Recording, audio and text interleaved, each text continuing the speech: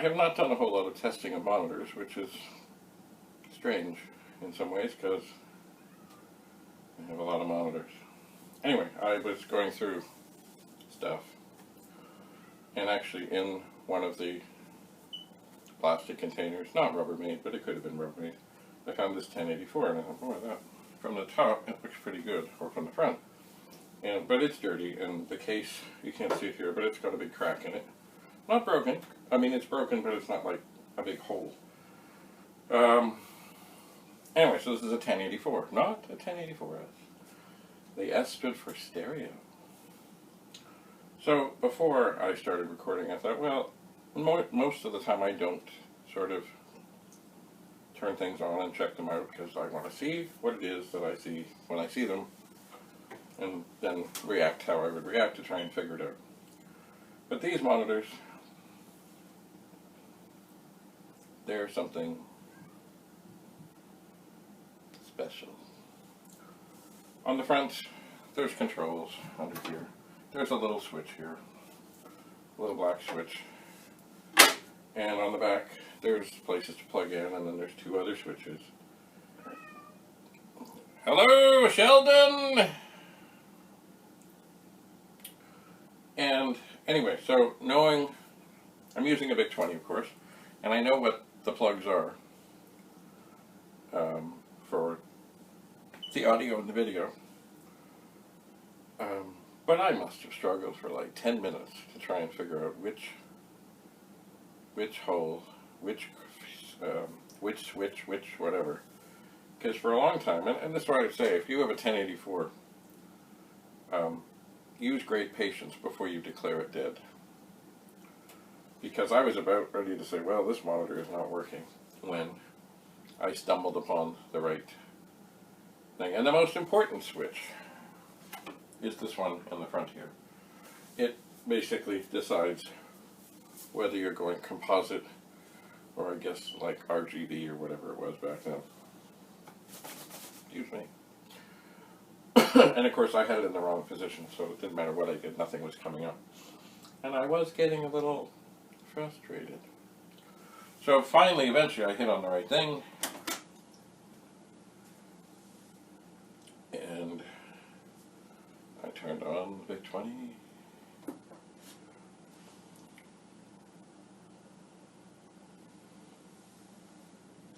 There it is. And there is Amiga Race. So, perhaps at some point, when I'm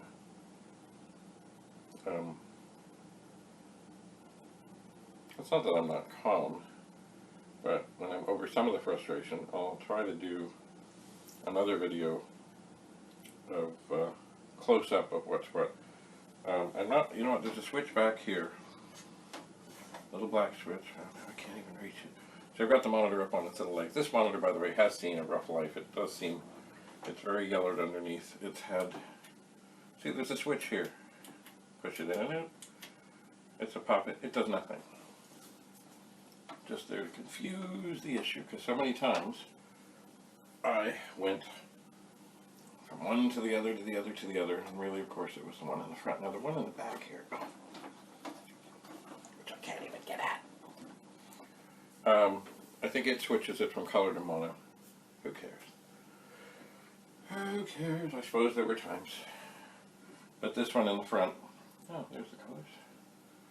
Definitely, if you push this in, and it pops out, you're getting nothing. And I think that would be when it's expecting you to have an Amiga hooked up. Because if you don't have that switch in the right place, you get nothing, and you get frustrated. So, with a 1084 or a 1084S, use patience. This switch in the front is critical, absolutely critical. So don't give up on your monitor until you're really sure you're, you know, like, unless smoke is coming out, or, see, this thing that was frustrating to me was, I had it, hello, no, that one, I had it, and I could see it was lit, like, you know, it had come up, so it had life, but I couldn't get it to work. And like a lot of these, I think this one Oh no, that worked okay. A lot of these pop switches eventually fail. And I don't know how many times I've seen people who have like a piece of paper folded over about 4 or 5 times and jammed in the side here just to keep that in position. Anyway, here we have a working 1084. It has lots of dirt, it's had lots of issues, it has a cracked case, but it works. Oh, you know, another thing, and a lot of people don't realize this, there's a little thing, here's where the speaker is on this one. There isn't a headphone jack on the side of this. So if you are so inclined to use headphones, at least that's what I haven't tried it, but I'm pretty sure it's headphones. And yes, and here's a funny thing, I don't know if you can hear that, the sound, there's the sound on that big monitor. When I turn this up, it's not happening at the same time. Anyway, I've never played, I would say I've never played enough Amiga Race, but I'm not going to play anymore right now. There we have it. So, I'm going to turn this off, turn it back on, so we can see the color. Actually, you know what? Okay, I'm going to do one more thing. Just a second. I'm going to turn this off, and I'm going to find my way back to this other switch. Somewhere. It is. Oh. I know it's under here. Why can't I find it? I don't want to scratch the table. I don't trust these leg things. Oh. Okay, so just want to show you, if I can find it. Oh, I can see it. Okay, I have pushed the switch. I'm not going to do that, but if you want monochrome, look behind me, it will be color. Here it is not. That is what that switch does in the back.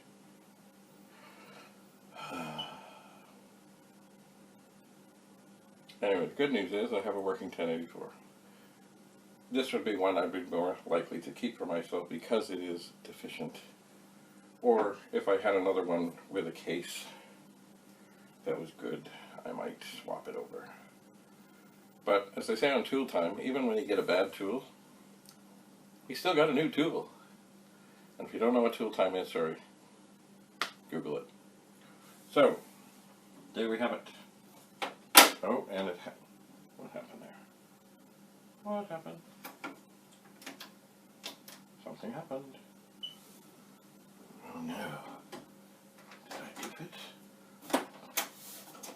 This was working. Did I pop the thing out? Oh God. Talk about frustration.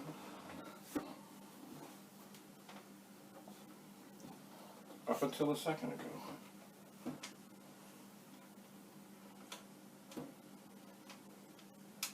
Now I can't find the little button. What do we got here?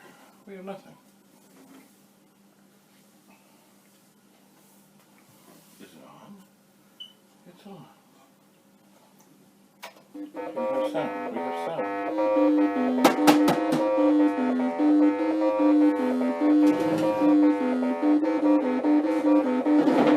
Oh, it's back. When did that come back? And now it's gone.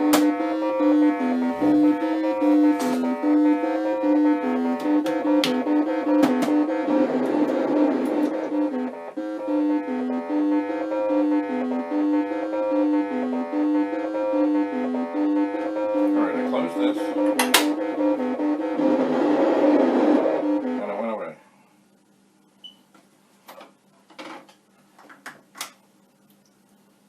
And now it won't shut off. And now it did shut off. Alright, there could be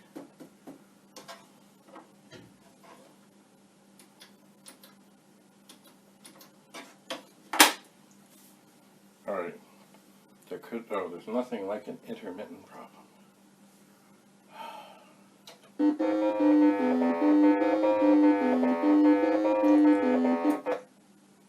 Enough for now. Thank you for being here. Do not quickly give up on your 1084 or 1084S. Bye for now.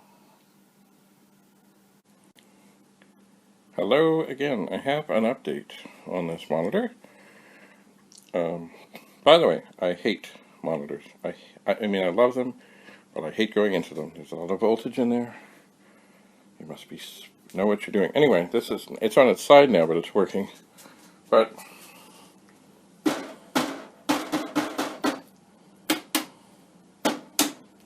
it died out again. There it is. So, as I say, I don't like monitors. I don't like going into them. I don't. But it does now have an intermittent problem, which from what I have experienced over the years, in my limited experience with monitors, it probably means that there's a cold solder joint on the flyback transformer. And the flyback transformer is rather critical. But it has, I don't know what they all look like, but they're little things. They kind of look like maybe a coil from a car.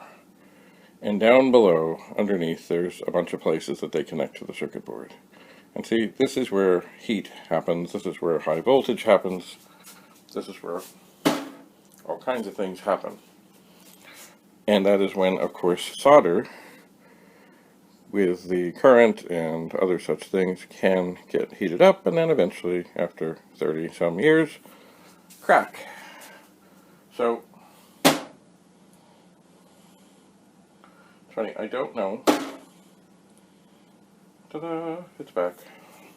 Ah! It's gone.